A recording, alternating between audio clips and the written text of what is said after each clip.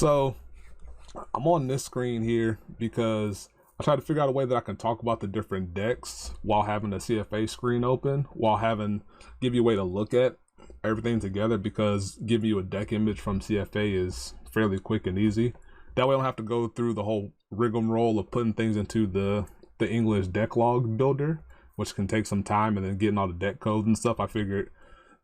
I hope that people here know the cards well enough, but I want to have the CFA screen open because I can highlight a card, and that way you can read it along with me if you don't understand what the card does.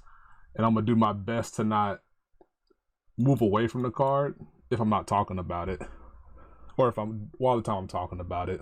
So I got 5 decks of various spike builds to go over with you before going into CFA. And I want to try and keep it fairly succinct, kind of talk about what the cards are. And I'm going to talk about it more in depth for the first deck, because then that way, if you see some of the cards later on, you can kind of hopefully remember what they are. And they're different play styles throughout. 3 of them I have play tested and used on CFA against people, 2 of which are theoretical decks, which I haven't tested yet. And we'll see if we can get to them at some point. I don't know if I'll do it on stream. I'd rather test it in private and then kind of see how they feel before I release that release that gameplay footage to the public. It's what I dub Aggro Spikes, and it's a take on the deck that I used back in the day of utilizing Agrius with various forms of aggression, using force markers to your advantage and being try to force the tempo on your opponent. And before I go too much further, all of my decks do utilize they're utilizing the idea that we will have the heal guardians, because some spike decks do get benefit from the heal guardians, some don't. And I figured if they're already on CFA, I figured utilize them as we can. If you're trying to find what you need to have for now, pretty much just take all the heal guardians out and replace them with regular heals in the meantime. So the starter we have is Mecha Trainer, or you can use the other guy here, Running Sniper. Basically the V4 runner, the one that lets you draw a card when you ride on it and get the quick shield if your opponent's on the same grade, because you don't need to have OG Mecha Trainer in this version of the deck. You just want to utilize to draw and get cards in your hand as fast as possible to protect yourself and find particular pieces to have some type of combo action going on. So you want to use the V starter if you can, if you have it. It shouldn't be fairly hard to find. And then as for the other triggers, we have 4 draw PGs, mainly because it's a perfect guard and it helps you get space in your grade 1s to utilize, and the draws are helpful to be able to get yourself cards in hand if you so choose so. Not so choose so, that's stupid. So you get cards in hand as it comes along to help you keep getting combo pieces and stuff, because there's like some mini combo stuff going on here, so you want to have that readily available to you. And then we have 4 of the Strider crits that come in special collection from last year, and you pretty much use it to have another way to get yourself to be able to stride effectively and consistently as possible. And then I use 3 machinery slot backs, which is I forget when these came out. These came out in like 2018, 2019 in one of the special sets then. But basically it's just another version of go to soul, draw a card, heal, and give your Vanguard some power, just in case you need to have something that helps you push through. But at first I did play Mecha Analyzer because that's what I played back in the day. But after playing with it some, I kind of felt that it wasn't a necessary addition, because I took out a couple of the main cards that made it worthwhile to use Mecha Instructor instead. So without those cards in here, I figured just get 7 crit in there and make sure you keep the 4 draw and then the 1 over trigger. And we can talk about the over trigger briefly, because I currently use Galmageld, and since the Dark State's over trigger isn't that impressive in terms of carrying over the crit, it's better in this deck than it is in other versions of Spikes. So there is reason to want to use Alberia if you don't have access to Galmageld. So definitely keep that in mind. You can still use it in this deck because there are moments where giving both of your front row rear guards 100 million power could be helpful and necessary. But Galmagale is also a decent option too. And as for the grade 1s, we got 4 acrobats. Just be able to get yourself the cards you need in hand for mainly Rise and Nova V, and then helpful to find like the bull spikes and stuff along the way. Ambush Dexter, being able to get your combos off on your grade 3 ride, utilize it with Rise and Nova. And then Wonder Boy, just help put cards back into your deck, like triggers or grade 3 piece that you might need to have in deck for Rise and Nova. That's for the grade 2s. We got Rorna, just to be able to get combo pieces out, useful as a booster as well to make your grade 3s hit relevant numbers. Davy, mainly to find Deadly Lucifer because you want to be able to have that off for your turn 2 ride. So have yourself 8 ways to call out Deadly Lucifer on your grade 2 ride is very helpful for future plays. And then 1 Breach Spurt, just because I needed a gap to fill. And this was a decent one because you can utilize it on turn 3 to draw a card, or on your stride turns as well to be able to draw yourself a card, get it back in hand, put something back. It might be helpful and useful. If you don't want to put these in, I haven't yet to test it out, but I have been working on another configuration that would use Gary Gannon, which is a card that I love a lot. Just help you get some cards in the soul for later, something to think about. And then for the grade 3s, the main grade 3 is Rise and Nova V, which is going to be, in my mind, a common theme throughout all of this. Just to be able to get both force markers at the same time is very helpful and very necessary, in my opinion, for what your decks are trying to accomplish. And then the idea is that when you go first, you want to have your usual Rise and Nova plays. So being able to have access to Deadly Lucifer, and also being able to have access to Dead Heat Bull Spike to utilize those things. That way you can go double Bull Spike, or you can go Bull Spike with the Lucifer before your opponent can stride and try to push them as hard as you can. And then on your following turn, you'll be able to go into Agrius and push them for a lot of damage that way.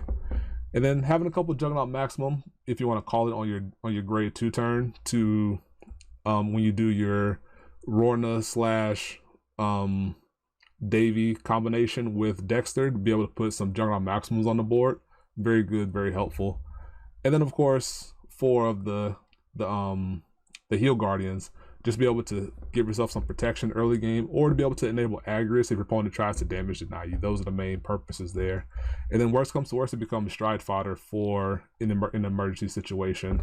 And then as for the strides, we got 4 Agrius, which is the main stride for this deck, because being able to enable 5 attacks is very, very, very helpful, especially if you have the force marker on one of your circles. That's going to be able to attack at least twice off of the force 1 combo circle, which is going to be very good for trying to push damage, especially after you've done the swapping with the bull spike skill. And then we got 1 Verminous, because it's not the main game plan for the deck, but it's a useful stride to have in a pinch if you have the soul for it, and if your opponent is at like 4 damage but you don't have any counter blasts, you use Agrius, you can go into Verminous here and then attack on your force combo circle, and then your opponent's at 4, they have to guard it, so then you can resolve Verminous to get yourself another attack on that force circle. So that's really, really good. We got 1 Picaro, which is kind of the cut, like the last stride in the G zone type of thing. It's not a card that you're going to be used very often, if at all, but kind of have it as an emergency button, build a board type of thing. So I say you don't have to run it, but I don't think there's very many other options present that are better than it at the current moment, in my opinion. We got 1 Formido, just help enable the free stride if necessary, or just be able to clear your opponent's board if you really are desperate to stride and get the triple drive off, is really useful in that situation. Of course, 1 Hellhard 8 for finishing purposes if you need it. With this version of the deck, there aren't many games that go to GB8, but it's always good to have it just in case it becomes up to that point. 2 Violence Ace, being able to draw just a fist load of cards if the situation calls for it is very good.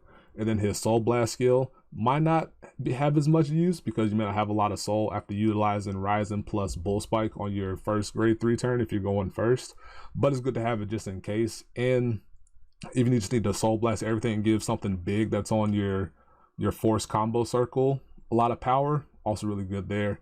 This card here might be cause for you to consider keeping the stands in your deck, because if you attack with it on the big circle and then triple drive with your Vanguard, there's a chance you might hit a stand trigger to restand the card that's already gotten like plus 20, 30 or more power off of Violence Ace to be able to attack again. And then as for the G guards, got 2 Linus, just to be able to have yourself access to a big Guardian if you need it. This deck, there might be times where it might be more difficult to get max value off of Terrible Linus, just because you might have a lot of cards on board, in which case there might be opportunity to consider Juggernaut Maximum. But I personally have never really liked having this card. So I've currently played without it, but you might find a time where you might just want to protect something on the board for the rest of the turn. You just get yourself some shield and then tuck it back to find it later.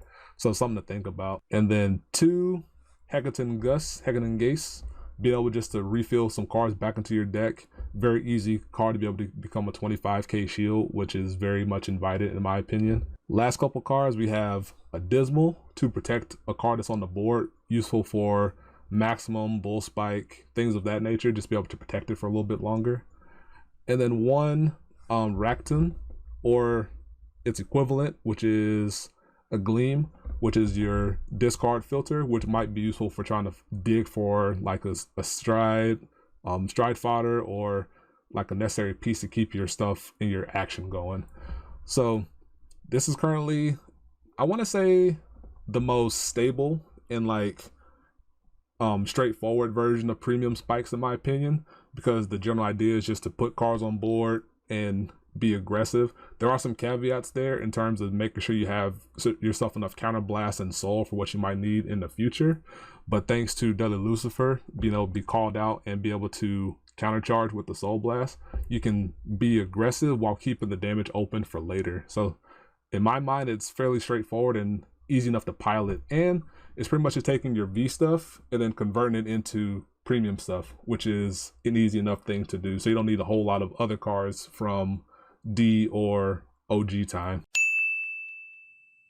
So next up we have Good End Dragger, which is a deck that is infamous for being a thorn in my side in terms of rule and actions, because for those that aren't aware, which if I chop this up and put up on YouTube, I'll put a link to it. Well, when I do, I'll put the link to it in the description. But I do have videos up there of explaining the double ride, double break ride, good end dragger, bad end dragger stuff. So just to kind of go over it fairly quickly. Good end dragger says, Counterblast 1, choose a card from your hand, put it into your soul.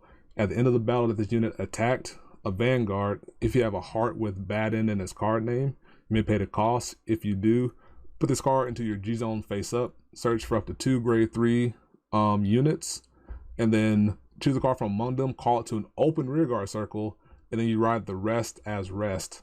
So the whole crux of the combos have a full board, and then attack with good end and resolve it, and then you search out 2 grade 3s, and you end up riding both of them as your Vanguard. So it's great for force because you're able to get multiple force markers at the same time. But then if you have limit break, break ride bad end, you also activate the break ride ability if you meet the conditions for break ride. So you can combo that up with a lot of your call skills and try to combo out your opponent that way, thanks to having plus 30k power and a crit for all of your attacks, thanks to break ride plus double force 1 plus Rise and Nova giving you force 2 at the same time. So that's the basic idea behind it. As for the individual cards, the Forerunner here is Mecha Analyzer, which is different, and it's a card you find in G. You might be able to find it fairly easily because it's a common card and not very popular, so you should be able to find it fairly quickly. But he says G break 1, when another of your rear guards put into your deck, which is easy to accomplish thanks to the break ride ability of Bad End Dragger. Choose one of you, or put him into their soul, choose one of your other rear guards, bind it face up, and then call it to an open rear guard circle. And then it gets plus 3000 power. So that enables multi-attacks, and then also combos up with cards we have that call more cards out when they're placed from wherever. And of course you have four draw PGs to save some space in the main deck, or in the your grade 1s, 2s, and 3s. 3 of the Strider crits. Mecha Instructor is one of the linchpins of the combo because his ability to bind something and call it back out isn't dependent on him being in charge, which is the keyword Spikes got during G era. Charge, for those that aren't familiar, says when a card is placed through a card ability, you can put it into charge, and then a lot of cards get various effects based on being in the charge state. Mecha Instructor here says, forget all that. Just when I'm put back into the deck, bind something, call it back out at the cost of putting the card from your hand into the soul. So this helps enable, this is basically another version of Mecha Analyzer, being able to call things out and help enables your attacks that way. But you play 4 of them because you really want it on board to help enable your combo. And then we have 4 Acrobat Verde V because we want to find our bat in as fast as possible to make sure that's our Vanguard as soon as possible. We have 4 Cheer Girl Elsa, not to be confused with Elsa from Frozen.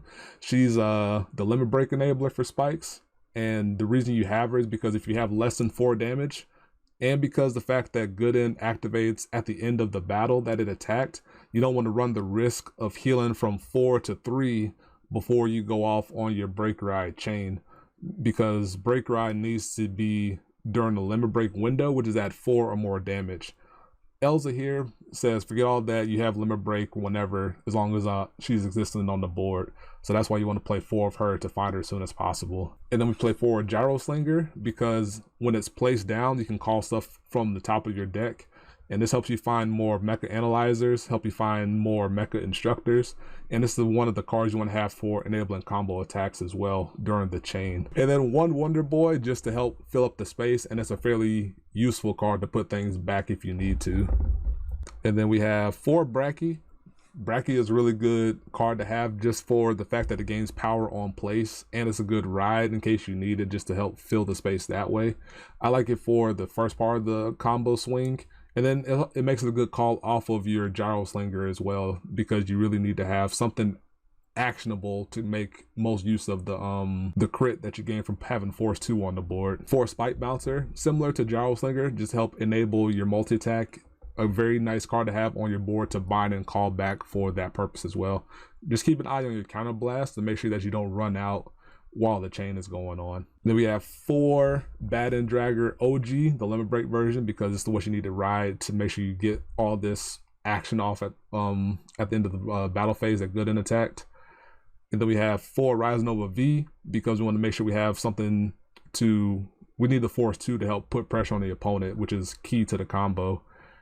We have 3 Bull Spike. This could be 4 because it's the other cards you want to find with the Good End skill to ride on top of Vanguard to help pass the force markers back and forth, because Soul isn't an issue thanks to Good End given Soul, Gyro Slinger given Soul, and Mecha Instructor given Soul, and Mecha Analyzer himself going into Soul. So more likely than not, you'll have plenty of Soul to activate to pass all your force markers back and forth thanks to Good End Dragger.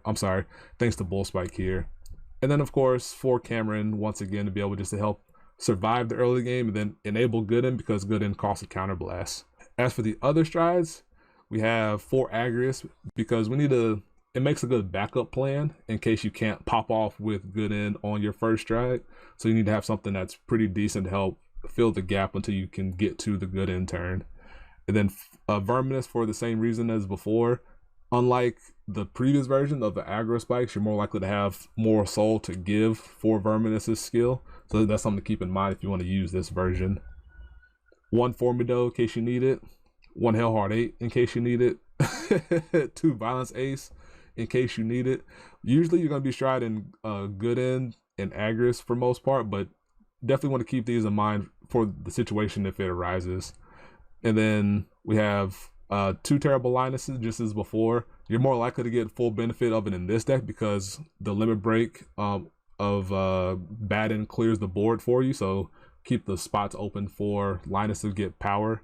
Gase for refilling, useful for putting triggers back in deck like you would suspect. 1 Ractum just for filtering purposes in case we need it. And then next up, we got Hellhard. So mainly the idea is to get your heals in hand because you want to get to GB8 as fast as possible. So the question is, how do we do that? And we do that via Jelly Beans, because Jelly Beans searches for grade 2 or less deadlies while it's in hand. And our heal, thanks to Bushiroad way back in the day, gave Spikes a deadly heal trigger. So that means that for every Jelly Beans and for every Mecha Trainer OG that you have, or just by finding a heal naturally, you can put more heals into your hand. So the whole purpose of the deck is to get through your deck as fast as possible without losing heals through damage checking to get them in hand, and then you just rifle through G guards ASAP to be able to get yourself to GB8 as fast as possible, because you want to get there as soon as possible, because that means you have the bulk of your deck to have cards in your hand. To have cards in deck to call out via Hellhard skill. So as for the rest of the triggers, we have 4 PGs, 4 draw PGs, and then 3 regular draws, because we want to have more draw triggers for taking damage to be able to get cards into our hand. And then I play 4 of the Strider crits. You can go 1 less Strider crit and play an additional draw trigger, because then that way you can have just more chances to get draws into your damage zone. And then for the over trigger, this one, I currently play Galmagale. You can, in practice, you can swap this over to Alberia more than likely, because you really don't want to be pushing damage with Hellhard 8, which is what Galmagale can do. So you might find, or you can use it for the permanent 10k just to help bust down rear guards more easily. So that's something to consider there as well. And then when you're going for your push turn with Hellhard 8, if you do check the over trigger early offensively, then that makes your Hellhard 8 much more of a threat as well. So it can go either way in that fashion. And then we have 2 regular Acrobat Verdes, and then we have 2 V Acrobat Verdes. V Acrobat Verde allows you to find Jelly Beans. This one, OG Acrobat Verde, allows you to find Rise and Nova specifically. So now we have like the best of both worlds going on. And then we have 4 Ted, because Ted can put cards back into your deck, and then that way you can get them bigger fairly quickly. If you don't want to go with Ted because he has a more of a limited range of cards you can put back into your deck, you can go with Wonder Boy, but you do lose out on the power there if that matters to you. So something to keep in mind in terms of how you want to go with your deck building.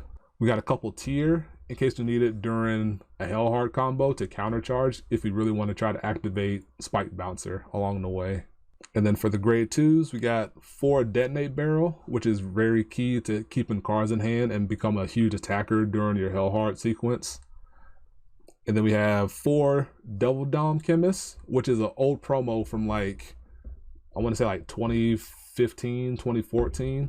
If you can't find these, then you could probably go with something like Mayhem Tiger, which I guess is the best equivalent of making sure that it can like force damage on your opponent, because Soul isn't an issue once you're going into your Hellhard chain, to where Mayhem Tiger can become a bigger threat.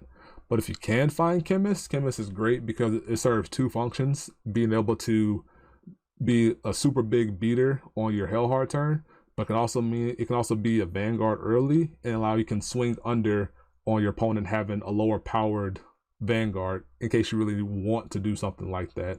It can be kind of dangerous because you're going to be sitting on a 6k body, but if you're trying to keep your opponent locked out of counterblast and force them to have a heal guardian, something you can consider. And then we have 1 Deadly Mason, because this allows you to have a target in your deck that you can search out via Jelly Beans in case you have a whole bunch of cards in hand, or sorry, if you have no grade 2s in hand as of your first turn, but you have a Jelly Beans in hand, you can put Jelly Beans back to find Mason and then put it into your hand that we have a secure ride.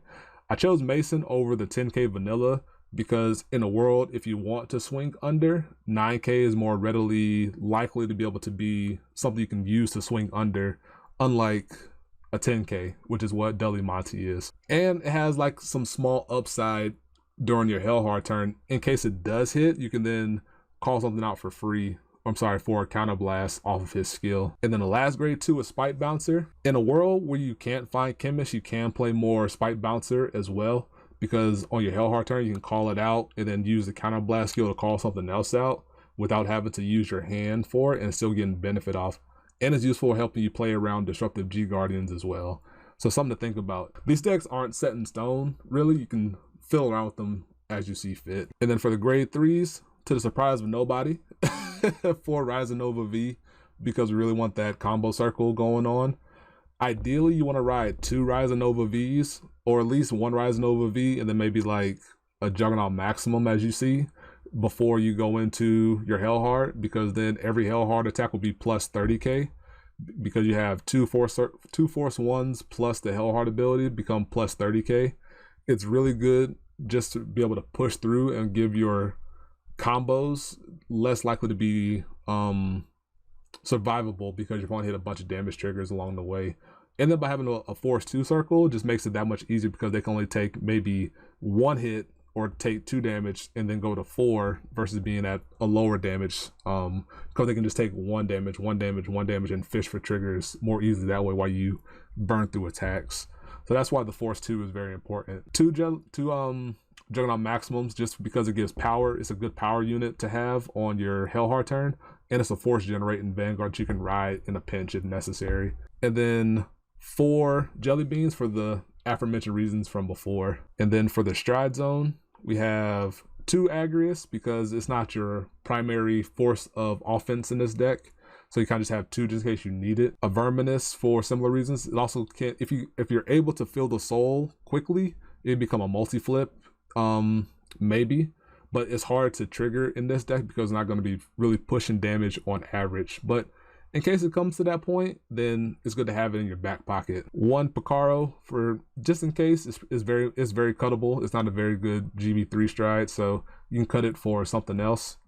1 Formido for free stride and then for retiring if need be. 1 Hellhard 8 if we need to. Some people in the past have played 2 Hellhard 8, and there's something to think about in a world where we have over triggers now, because if your opponent hits an over trigger early in your Hellhard swing, then you really can't use it anymore. So then you can de-stride and then try to survive your opponent's next turn and then go into Hellhard 8 once again. That, in my mind, is a good cut for Picaro. Just cut Picaro entirely and play a second Hellhard 8 if you need to. So that might be something I do myself, but in case you have trouble finding them for whatever reason, it was reprinted, so less likely now.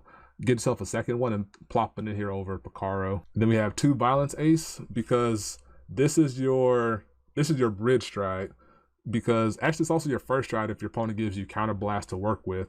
So you go into this counterblast 1, draw 1 card on your first stride if you're going second, and then triple drive, and then on your following turn, if you G-guard once or twice because you couldn't find all of your heals in time, then you go into Violence Ace a second time, counterblast 1 more, and then you're going to draw 5 or 6 cards plus your triple drive on that turn, because it draws for 1 per face up, so which is very good for trying to find your last G guards, finding PGs or your Strider crits, things of that nature. So definitely your primary go-to stride in my opinion. You also could probably play a third one of this as well. 1 Marindal. This is like a holdover from the past that I haven't let go.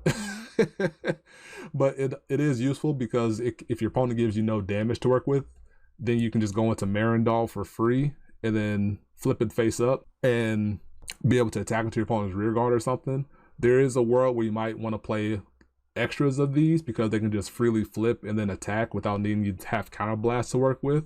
But for now, play 1 just to see if it still works as intended. And then for the remainder of the G zone, we have 3 Linus here, which is up from 2 from the before, which is important distinction here. I'll explain in a hot second. 2 Gase from before, and then we have 1 Dismal, and then 1 Ractum, which gives us 7 G guards.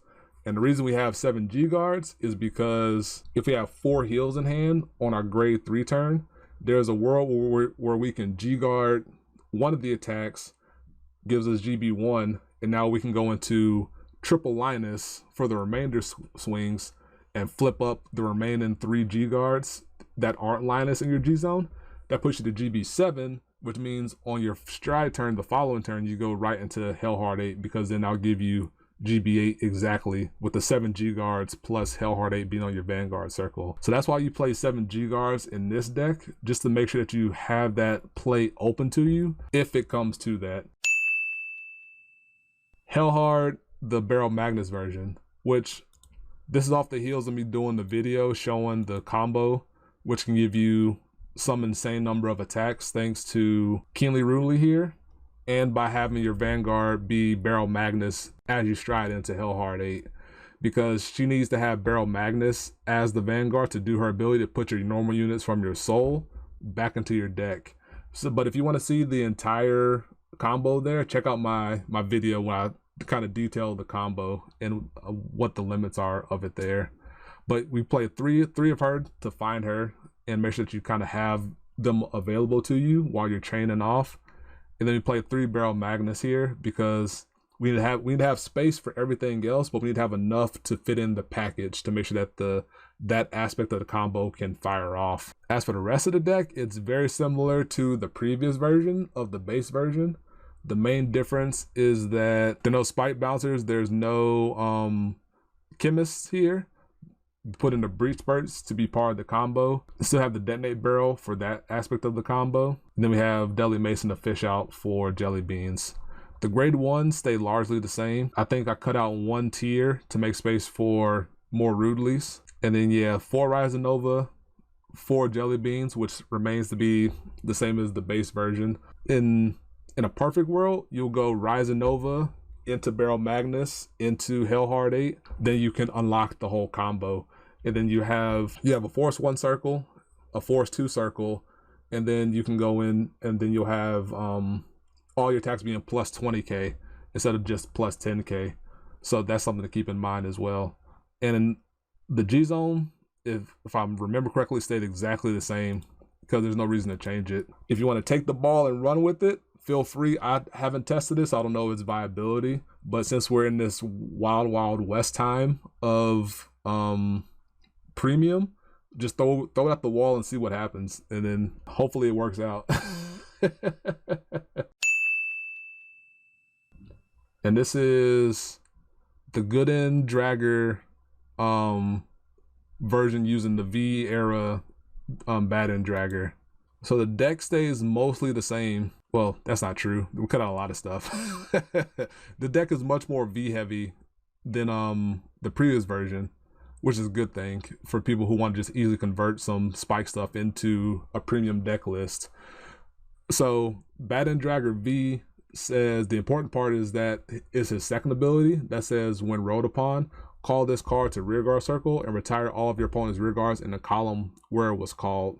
So just like the previous Gooden Dragger combo, you still set up the double ride shenanigans, but now you have access to have a Bad End Dragger that can come out from your soul and sweep an opponent's column. And that might be important because if your opponent is trying to rush you down, you can, instead of going into Formido to burn it down and get the draw of the card, you can go into an aggressive side of it and have Gooden Dragger, have Bad End Dragger V come out, sweep a column, and then with Bull Spike, you can singularly pop something else. It's good for cards that can't be retired by being chosen. So it's something to keep in mind if you're playing against something like Tachikaze, which I experienced last night with Sweeper Coronado. With that thing being on your rear guards, or your opponent's rear guard circle with 3 equip gauges, you can't touch it with your skills anymore. But since Bad End Dragger V doesn't target, it just sweeps the column. If it's on a rear guard circle that's not Excel, you can retire it and then get that threat off the board. So that's different than what's offered in other versions of Bad End Dragger. That's the main difference here. Everything else is more V related, so there's no limit break enabler, so don't have to worry about that. But we still keep the Mecha Instructor. I did cut it down to 3 in this version because while it is important, it also is important to make sure you can have the Strider crit as well, in my opinion. You can just swap it back to go 4-3 in that form and fashion. I did do a video in the past detailing this combo. I'll put that in the video description as well for the YouTube fans out there when I chop this up. But this one, like I mentioned, hasn't been tested. So for anybody who finds this version of Bad and interesting, definitely take it and run as well. So Yeah.